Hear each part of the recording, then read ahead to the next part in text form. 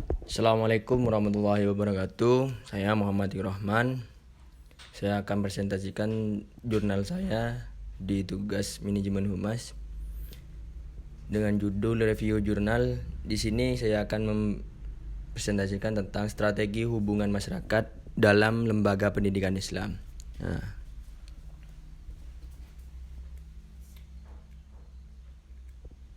Di sini keberadaan humas dalam sebuah lembaga pendidikan bisa menjadi penghubung atau mediator lembaga pendidikan dengan masyarakat maupun di internal sendiri. Jadi bagaimana antara humas ini, mediator antara humas lembaga pendidikan masyarakat ini menjadi tujuan sebuah lembaga untuk menyebarkan informasi dan membina hubungan baik antara lembaga dan masyarakat.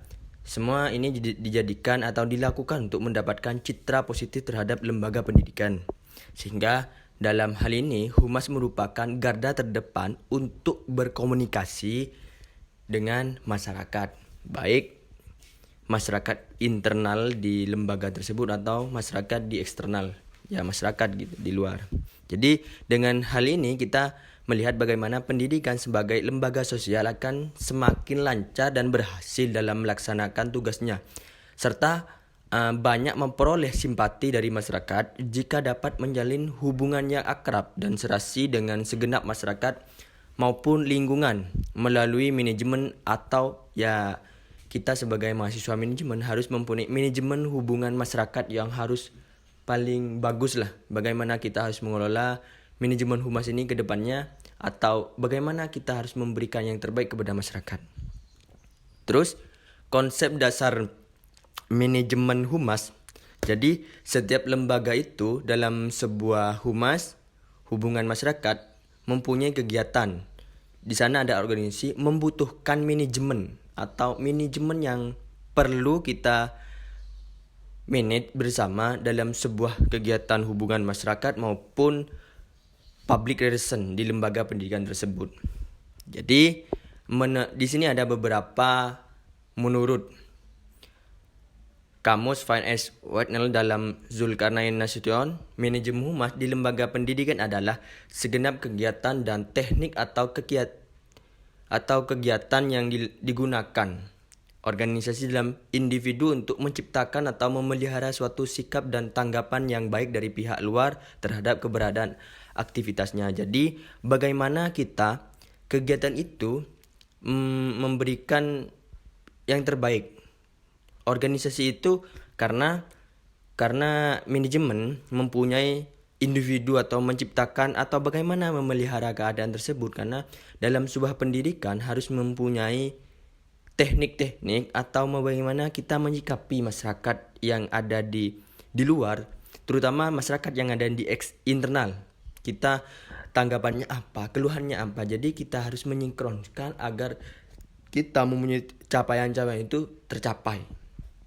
Terus bagaimana humas tersebut adalah salah satu fungsi manajemen yang diciptakan suatu kegiatan agar memperoleh pengertian, kepercayaan dan penghargaan dari masyarakat baik dari itu masyarakat luar atau masyarakat dalam. Kegiatan tersebut bisa berupa aktivitas komunikasi, penerimaan atau kerjasama dan pelayanan publik serta mengenai opini publik.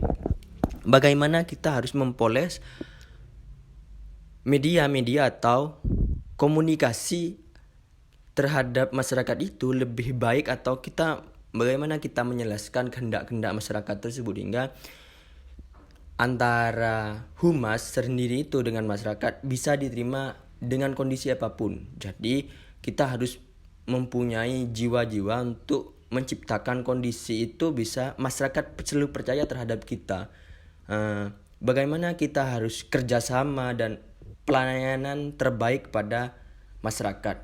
Kita harus mempunyai opini yang publik yang memang kita harus rangkai sedemikian mungkin untuk bagaimana kita menciptakan itu lebih baik, dan kita harus powernya kuat lah dalam segi memanage manajemen humas ini. Jadi di sini ada beberapa prinsip humas di lembaga pendidikan Islam. Pertama, qaulan ma'rufah, yang kedua qaulan syahidah, dan yang ketiga qaulan baligah, dan keempat kaulan karimah. Terus yang kelima kaulan maisura, dan yang terakhir itu ada kaulan layina. Jadi di sini ada macam-macamnya. Kita bisa belajar tentang ini prinsip-prinsip humas di lembaga pendidikan, karena banyak sekali kita harus gabungkan antara prinsip humas di lembaga pendidikan Islam dengan memang ruhnya dengan yang kita miliki bersama. Di sini ada 6, yaitu pertama kaulan ma'rufah, yang kedua syahidah, ketiga baligha, dan keempat karimah, dan kelima maisura, dan keenam layina.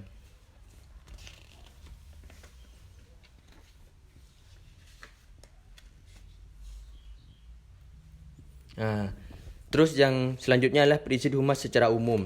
Pertama adalah pembagian kerja. Yang kedua tentang otoritas, ketiga disiplin, keempat kesatuan arah, kelima mengutamakan kepentingan lembaga, keenam tentang sentralisasi, dan ketujuh hierarki, kedelapan teratur, 9 keadilan, dan 10 inisiatif, dan terakhir yaitu kesemangatan.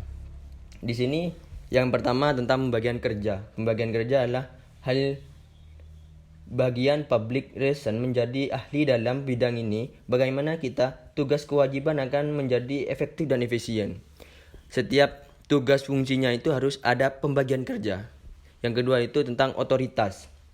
Otoritas itu di mana public relation memberikan tugas segenap komponennya itu kepada lembaga pendidikan untuk bekerja sama. Terus yang ketiga itu disiplin. Disiplin ini adalah public relation itu selalu memberikan aturan yang ada pada lembaga tersebut. Keempat seterusnya ini kesatuan arah. Kesatuan arah ini bagaimana humas harus memiliki kesatuan arah yang selalu bagaimana menciptakan lembaga pendidikan Islam itu dalam perencanaan yang terarah dan jelas atau membantu mengembangkan lembaga pendidikan Islam. Terus mengutamakan kepentingan lembaga. Kalau mengutamakan lembaga, bagaimana kita harus memprioritaskan kepentingan lembaga, karena kepentingan lembaga itu harus meninggalkan kepentingan pribadi semuanya. Selanjutnya adalah sentralisasi. Sentralisasi ini adalah bagaimana kita memberikan tanggung jawab dalam memberikan kebijakan yang kita ingin ambil dari pimpinan lembaga tersebut, pendidikan Islam, berdasarkan kondisi yang terjadi di lembaga pendidikan. Bagaimana seorang pemimpin itu harus mensentralisasi ini menjadi kebutuhan yang memang terorganisir. Di hierarki adalah bagaimana public relation ini untuk bergerak atas bagaimana kebawahannya untuk bergerak kepada dari atasan ke bawahannya.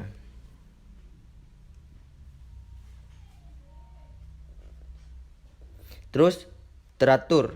Dalam kondisi ini public relation harus meletakkan tanggung jawab terhadap lembaga pendidikan dan masyarakat pada tempat dan waktu yang sesuai dengan keadaan. Jadi kita ketika ngomong dengan masyarakat, kita harus sesuaikan kebutuhan masyarakat apa, keinginan kita apa. Jadi kita harus hubungkan antara kebutuhan kita dengan kebutuhan masyarakat.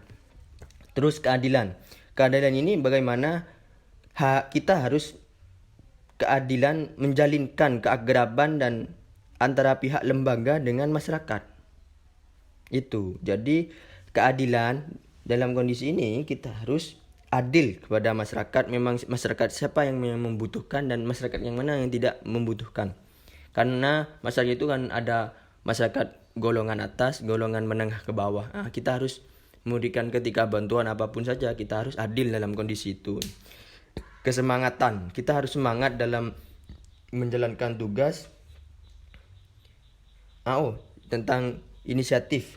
Inisiatif ini adalah memberikan kebebasan dalam memberikan gerakan atau gagasan kepada humas ke depannya, bagaimana dia merancang, memplanning humas ini ke depan.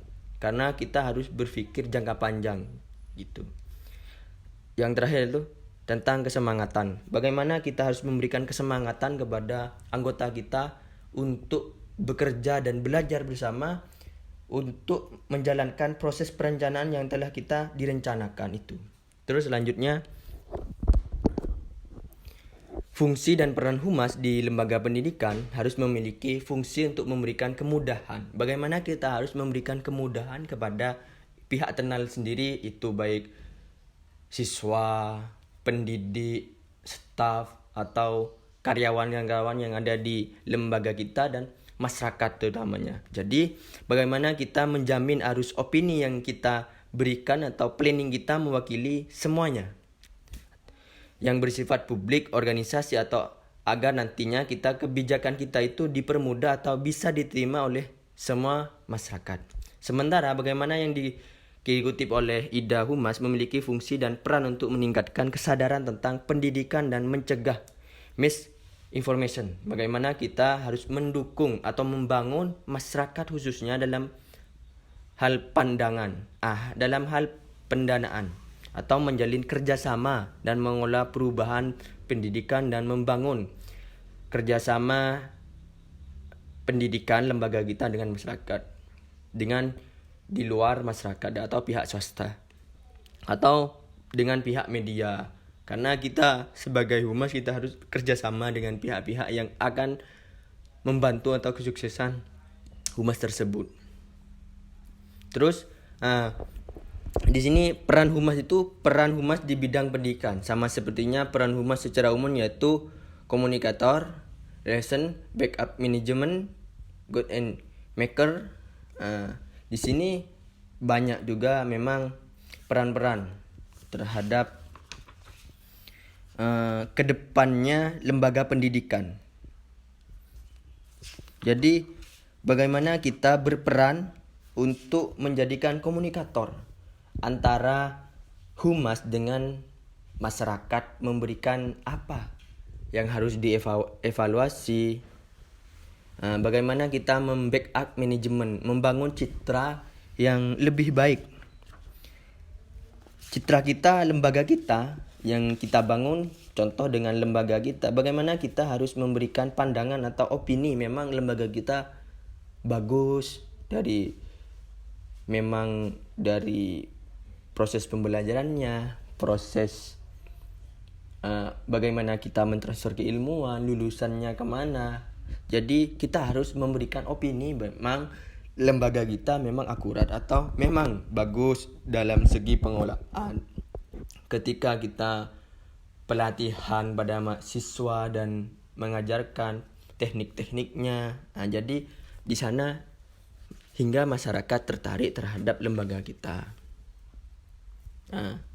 Di sini strategi humas di lembaga pendidikan. Strategi dalam menjalankan hubungan dengan masyarakat terbagi menjadi dua, yaitu internal dan eksternal. Jadi yang internal itu bagaimana kita membangun komunikasi dengan siswa, dengan memang lembaga kita yang ada di dalam, baik dari staf atau OB, karena mau tidak mau humas itu harus bekerja sama dengan pihak internal. Jadi agar kita itu humoris atau membangunlah memang lembaga kita, manajemennya itu butuh ketika rapat, bagaimana kita melatih siswa ketika belajar, contoh ekstrakurikuler di lembaga tersebut itu. Bagaimana kita membangun agar ada kolaborasi antara guru dengan siswa, baik di internal dulu dengan Terus yang eksternal itu bagaimana kita bekerja sama dengan pihak masyarakat atau media-media yang ada di luar, bagaimana kita memasarkan lembaga tersebut untuk menjadi lebih baik. Karena mau tidak mau kita sebagai humas nanti kalau kita mempunyai planningnya, bagaimana kita bekerja sama dengan pihak radio, televisi yang mendukung terhadap kemajuan humas tersebut. Strategi dalam menjalin hubungan antara warga sendiri memang internal, juga dilakukan dengan kegiatan ekstrakurikuler tadi, karya wisata dengan berkemah, praktik lapangan atau rapat internal guru juga, dan karyawan dan pelayanan masyarakat. Itu sangat penting memang antara internal dan eksternal. Terus strategi sekolah dalam menjalin hubungan masyarakat bisa dilakukan dalam bentuk laporan kepada orang tua atau di dalam bentuk majalah atau open house, kunjungan orang tua terhadap sekolah itu kan open house juga. Akhir tahun, atau bisa juga dengan tadi radio, televisi atau telepon yang bisa ketika kita akhir tahun, biasanya akhir tahun mengadakan koreksi lah, evaluasi terhadap siswa itu, dipanggil orang tuanya, ini raportnya, atau itu kan eksternal juga, bagaimana kita menjalin komunikasi dengan masyarakat. Mungkin hanya itu yang dapat saya sampaikan, kurang lebihnya mohon maaf. Mohon maaf ya, presentasi kali ini tidak begitu bagus lah, karena persiapan kemarin cari itu susah gitu. Mungkin hanya ini yang dapat saya sampaikan. Wallahul muwaffiq ila aqwamit thoriq. Wassalamualaikum warahmatullahi wabarakatuh.